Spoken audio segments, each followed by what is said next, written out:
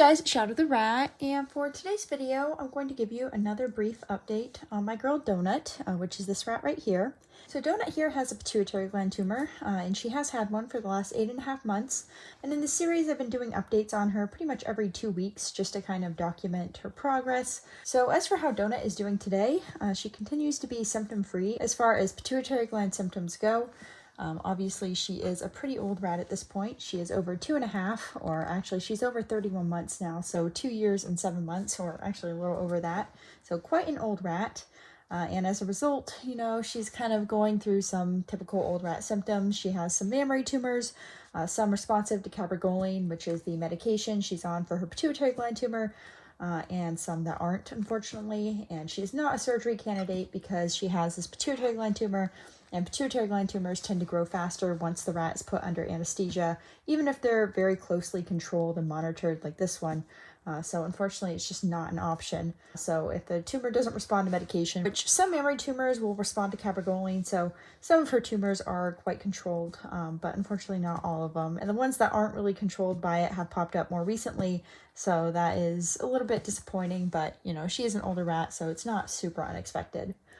But yeah, she's doing pretty well in that regard. She's still able to get around pretty well, and the tumors are not too large yet. So I'm not super worried about her having issues getting around or anything like that, or having quality of life issues, at least not currently. So I'm just going to keep an eye on her in that regard. And obviously, if she starts to have some issues with quality of life, then I will have her put to sleep. Now, Donut also has some kidney issues going on, which are probably both due to her age and due to the medication she's on.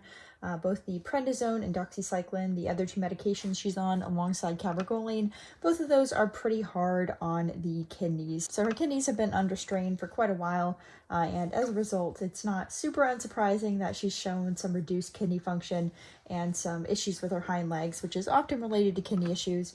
And we have managed to head that off somewhat by having her on some kidney-friendly supplements like flaxseed oil and ipectine powder, but she still has to be on these medications for her tumor. So, of course, as a result, her kidneys are still under extra strain. So she's just going to continue having some kidney issues, unfortunately, for the rest of her life. And again, this is something we just monitor and make sure that it's not getting to the point where it's affecting her quality of life. But thankfully, she's still doing pretty well in that regard. Like I said, she does have hind leg degeneration, which does impact how she walks and gets around. But as you can see, she's still able to move around pretty well and climb on things, even though her legs are dragging a little bit. But you know, that just kind of happens, unfortunately, sometimes with older rats, specifically older males, but sometimes older females as well. And considering Donut's situation with her kidneys, it's really not a surprise to see these hind leg issues. And just again, as long as she's not getting too bad in that regard, I'm just going to keep monitoring her. Other than that, there isn't too much to update. Donut continues to do very well. She did have an incident recently where she had some kind of crackly breathing, or I should say more congested breathing, where she was kind of grunting, doing those guinea pig noises. So she got put on another antibiotic, this time Baytril. And she is almost up with her course of Baytril. It's only a 10-day long course because we want to try and reduce the extra strain on her organs as much as possible. So we don't want to put her on too many medications if we can help it. But thankfully, she has responded very well to the Baytril, and she is no longer doing any more congested noises or anything like that. So she seems to be in the clear, and we're just going to finish up her course, and hopefully that will be that. But yeah, other than that, there's really not too much else to update. Donut is doing pretty well. She's still very active, and she still seems to be very happy and loving life. She certainly loves food, as you can see, as do all the others, including you, Miss Olive. So yeah, everything is going pretty well, and I'm just glad to see Donut continuing to do, you know, fairly well considering everything going on. And I'm just going to keep an eye on her and make sure that she is still living a pretty quality life. And like I mentioned, if she does start to really go downhill, then I will definitely make the decision to have her put down. But Donut's doing pretty well for now, so it's not really something I need to think about yet. And, you know, she's just a very happy-go-lucky little rat, and I'm very glad that we've had this extra time. 8.5 months is pretty amazing, especially considering she was nearly 2 when she was diagnosed.